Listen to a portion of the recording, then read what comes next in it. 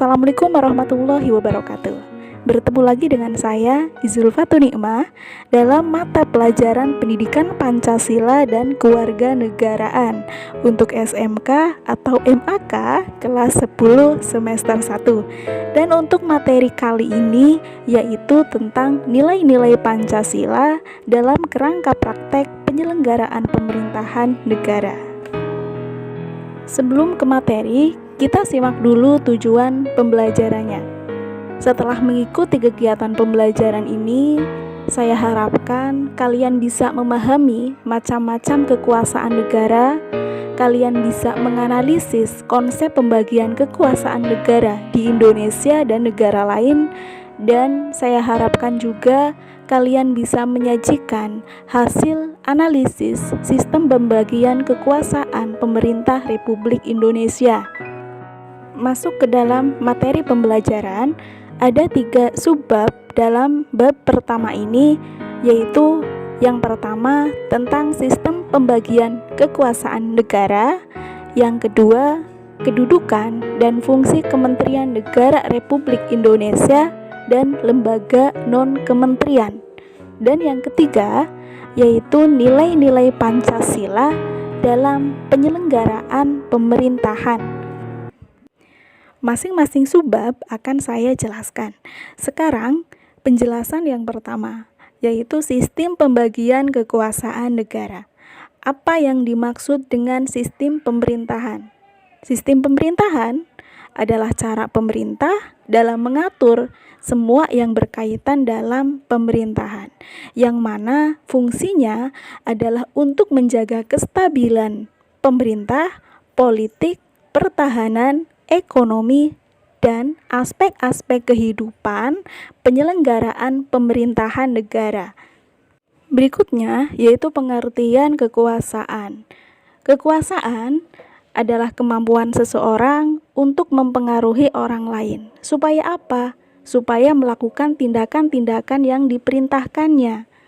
Sedangkan kekuasaan negara adalah kewenangan negara untuk mengatur seluruh rakyatnya untuk mencapai keadilan dan kemakmuran bersama. Kekuasaan negara menurut John Locke. Kalian tentu masih ingat tentang trias politika ketika kalian belajar PPKN di SMP, trias politika. Teori ini membagi kekuasaan menjadi 3, yaitu legislatif, eksekutif, dan federatif. Ini kalau menurut John Locke. Kekuasaan legislatif, kekuasaan untuk membuat atau membentuk undang-undang. Sedangkan eksekutif, kekuasaan untuk melaksanakan undang-undang, termasuk kekuasaan untuk mengadili setiap pelanggaran terhadap undang-undang. Sedangkan federatif, yaitu kekuasaan untuk melaksanakan hubungan luar negeri.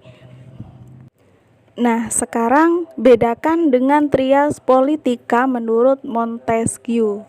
Montesquieu juga membagi kekuasaan negara menjadi 3, yaitu legislatif, eksekutif, dan yudikatif. Nah, sudah paham ya perbedaannya?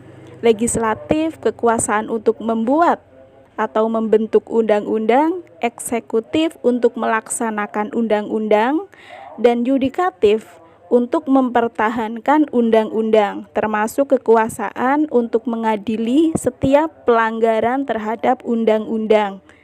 Sedangkan tadi menurut John Locke, kekuasaan untuk mengadili itu ada di eksekutif. Ini sudah semakin jelas perbedaan-perbedaannya ya, trias politika menurut John Locke maupun Montesquieu. Kemudian pembagian kekuasaan. Kekuasaan negara dibagi dalam beberapa bagian, yaitu legislatif, eksekutif, dan yudikatif, tetapi tidak dipisahkan. Ini pembagian kekuasaan.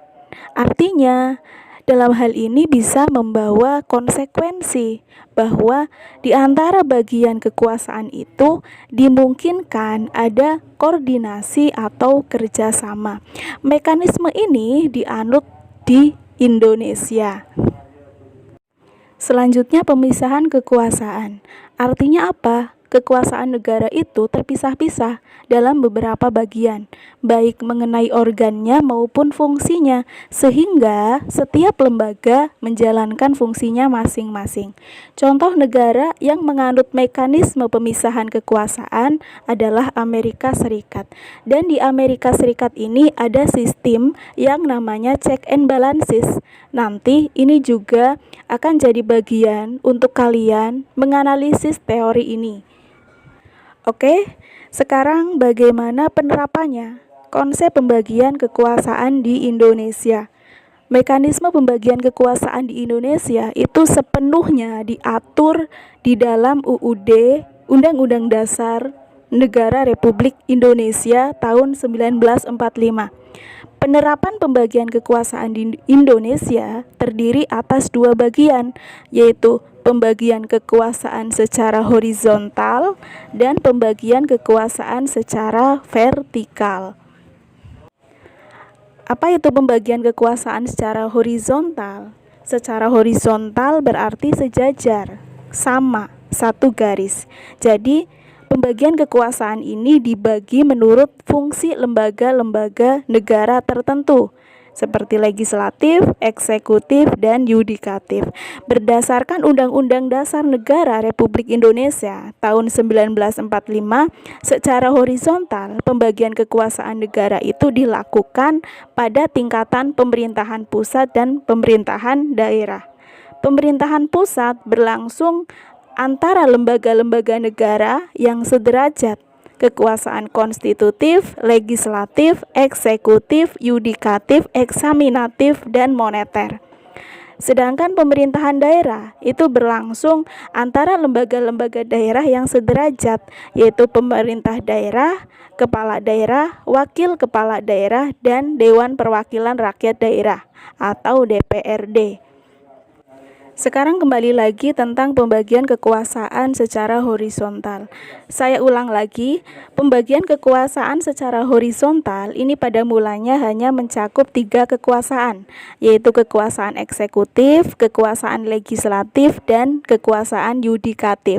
Tetapi sejalan berkembangnya waktu, cakupan pembagian kekuasaan secara horizontal ini ditambah sehingga mencakup 6 kekuasaan, yaitu kekuasaan eksekutif, legislatif, yudikatif, konstitutif, eksaminatif, dan moneter. Apa yang dimaksud dengan kekuasaan konstitutif? Kekuasaan konstitutif adalah kekuasaan untuk mengubah dan menerapkan undang-undang dasar. Kekuasaan ini sendiri dijalankan oleh Majelis Permusyawaratan Rakyat Indonesia tahun 1945. Sedangkan kekuasaan eksekutif adalah kekuasaan yang memiliki wewenang untuk menjalankan undang-undang dan segala bentuk penyelenggaraan pemerintahan negara.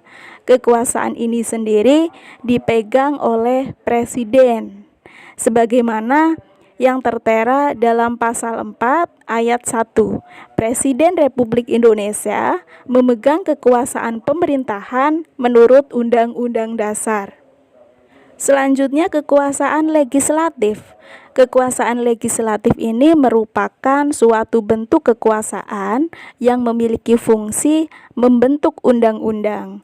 Kekuasaan ini sendiri dipegang oleh Dewan Perwakilan Rakyat atau DPRD. Selanjutnya yaitu kekuasaan yudikatif. Kekuasaan yudikatif disebut juga dengan kekuasaan kehakiman, yaitu kekuasaan yang memiliki fungsi untuk menyelenggarakan peradilan, untuk menegakkan hukum keadilan. Kekuasaan ini dipegang oleh Mahkamah Agung dan Mahkamah Konstitusi, sebagaimana yang sudah ditegaskan pada pasal 24 ayat 2. Kemudian kekuasaan eksaminatif atau inspektif. Kekuasaan ini berhubungan dengan penyelenggaraan pemeriksaan atas suatu bentuk pengelolaan dan tanggung jawab mengenai keuangan negara. Kekuasaan ini dijalankan oleh BPK, Badan Pemeriksa Keuangan, sebagaimana yang dijelaskan pada pasal 23E ayat 1. Yang keenam, kekuasaan moneter. Kekuasaan yang menetapkan dan melaksanakan suatu bentuk kebijakan moneter, mengatur, menjaga sistem pembayaran, serta memelihara kestabilan nilai rupiah.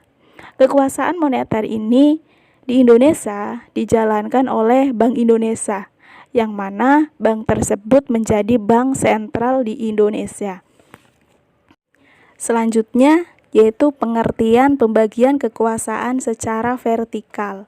Pembagian kekuasaan secara vertikal menurut tingkatannya yaitu pembagian kekuasaan antara beberapa tingkat pemerintahan. Menurut pasal 18 ayat 1 Undang-Undang Dasar Negara Republik Indonesia tahun 1945 yang menyatakan bahwa Negara Kesatuan Republik Indonesia dibagi atas daerah dan provinsi, dan daerah provinsi itu dibagi atas kabupaten dan kota, yang tiap-tiap provinsi, kabupaten, dan kota itu mempunyai pemerintah daerah yang diatur dengan undang-undang. Nah, sekarang bagaimana pembagian kekuasaan secara vertikal di Indonesia? Pembagian secara vertikal di Indonesia adalah hubungan antara pemerintahan provinsi dan pemerintahan kabupaten atau kota terjalin dengan koordinasi pembinaan dan pengawasan oleh pemerintahan pusat dalam bidang administrasi dan kewilayahan.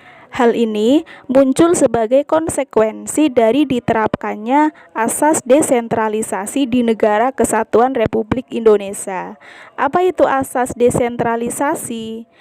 Asas tersebut menyatakan bahwa pemerintah pusat menyerahkan wewenang pemerintahan kepada pemerintah daerah otonom, provinsi, dan kabupaten atau kota untuk mengurus dan mengatur urusan pemerintahan di daerahnya, kecuali pemerintahan yang menjadi kewenangan pemerintah pusat, yaitu kewenangan berkaitan dengan politik luar negeri, pertahanan, keamanan, justisi, agama, dan moneter, dan fiskal.